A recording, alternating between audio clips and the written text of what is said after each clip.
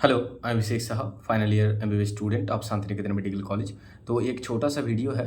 तो आप में से बहुत सारे बच्चे एंड पेरेंट्स जो है मुझे बार-बार ये पूछ रहे हो कि भैया डब्ल्यूबीएमसीसी का अभी तक कोई नोटिस क्यों नहीं आया?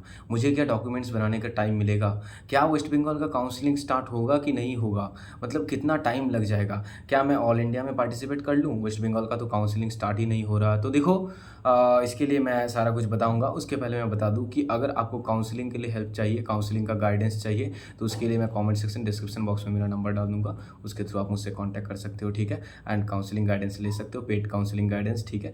ओनली एट 700 रुपीज़, ठीक है? ज़्यादा पैसा नहीं लगता है काउंसलिंग करवाने में, तो इधर-उधर ज़्यादा मत भटको। और जो मतलब बहुत सारे बच्चे का काउंसलिंग करवा रहे हैं, उन लोगों के पास मत जाओ, आपको ज़्यादा टाइम नहीं दे पाएगा, ठीक है? कॉल मैसेज का रिप्लाई नहीं करेगा, तो स्मूथली आपका काउंसलिंग नहीं होगा, ठीक है? तो जो है और ज़्यादा पैसा देके काउंसलिंग करवाने का ज़रूरत नहीं है। अब देखो काउंसलिंग जो है डब्ल्यूबीएमसीसी के साइड में अभी तक जो है कोई भी नोटिस नहीं आया, ये सही बात है। जैसे कि बहुत सारे बच्चे बार-बार पूछ रहे हैं कि भैया डोमिसाइल प्रोफार्मा आया, मेडिकल प्रोफार्मा आया या फिर कुछ भी शेड्यूल कुछ भी नहीं आया है। आप खुद से जाके डब्ल्यूबीएमसीसी का जो साइट है बार-बार चेक कर सकते हो। तो आई थिंक कि जो फर्स्ट वीक ऑफ अगस्त है तो फर्स्ट वीक ऑफ अगस्त में ही जो वेस्ट बंगाल का जो काउंसलिंग है डब्ल्यूबीएमसीसी का काउंसलिंग है वो स्टार्ट हो जाएगा। थोड़ा-सा वेट करो। बहुत सारे ऐसे पेरेंट्स एंड बच्चे मुझे फ़ोन करके ये बोल रहे हैं कि मेरा 40,000 रैंक है, मेरा 50,000 रैंक है, क्या मैं ऑल इंडिया कोटा में पार्टिसिपेट करूँ? देखो ऑल इंडिया कोटा का तो कट ऑफ ही आपका 26,000 के आस-पास जाता है, ठीक है? तो अब देखो आप अगर 40,000 रैंक में पार्टिसिपेट करोगे तो ऐसे ही कुछ मिलने वाला है नहीं।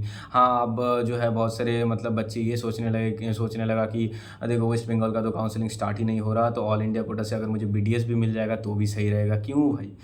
वेस्ट बंगाल का काउंसलिंग स्टार्ट होगा, थोड़ा-सा वेट कर लो। ऐसा नहीं है कि स्टार्ट नहीं होगा वेस्ट बंगाल में। हाँ, पता है मुझे भी एंड आपको भी कि हाँ, कुछ एग्ज़ाम्स रुके हुए हैं, कुछ रिक्रूटमेंट जो है वो रुका हुआ है। तो हाँ, अब ओबीसी का भी जो केस है वो सॉल्व हो ही गया है एंड 6 से 8 सप्ताह बाद जो है आपका वो सुप्रीम कोर्ट बेंच मतलब बैठाने बोला है हाई कोर्ट को, तो वो जो डिसीज़न आएगा सुप्रीम कोर्ट जो बोलेगा। लेकिन अभी तो जो है हाई कोर्ट का ऑर्डर था उसमें स्टे लगा दिया गया है सुप्रीम कोर्ट द्वारा।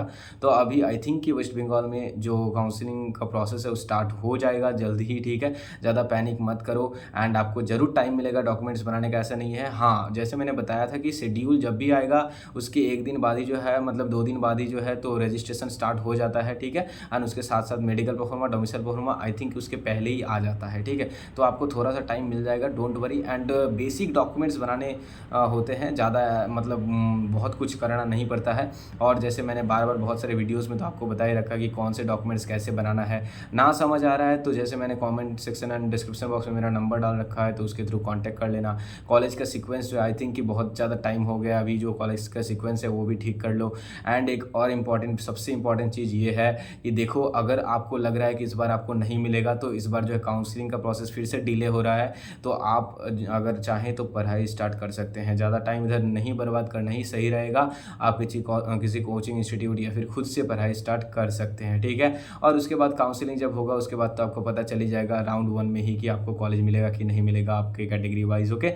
या फिर आपको राउंड 2 में दूसरे कोई कोर्स मिलेगा कि नहीं मिलेगा। मतलब आपके पास तो ऑप्शंस अगर ठीक-ठाक रैंक है तो आप एमबीबीएस या फिर बीडीएस या फिर प्राइवेट एमबीबीएस, बीएचएमएस, बीएएमएस तो ये सब कुछ जो है ना तो बहुत सारे जो यहाँ पर कोर्सेज़ एंड आपके नंबर के हिसाब से आप चूज़ कर सकते हो या फिर कैटेगरी के हिसाब से, ठीक है? और एनसीएल जो है वो बना लो, ओबीसी का ई डिस्ट्रिक्ट डोमिसाइल बना लो, प्रोफार्मा देखो बहुत सारे इधर-उधर से प्रोफार्मास मिल रहे हैं तो वो प्रोफार्मा अगर चाहो तो बना के रख सकते हो। आई थिंक कि प्रोफार्मा चेंज नहीं होगा डब्ल्यूबीएमसीसी के साइड में 2025 में, क्योंकि जितने भी साल आते मतलब 2023, 2, 4 सभी में जो है ना तो प्रोफार्मा सेम ही था। तो इस साल जो प्रोफार्मा चेंज होगा ऐसा कुछ नहीं है। हाँ, अगर होता है तो फिर से आपको बनाना पड़ सकता है।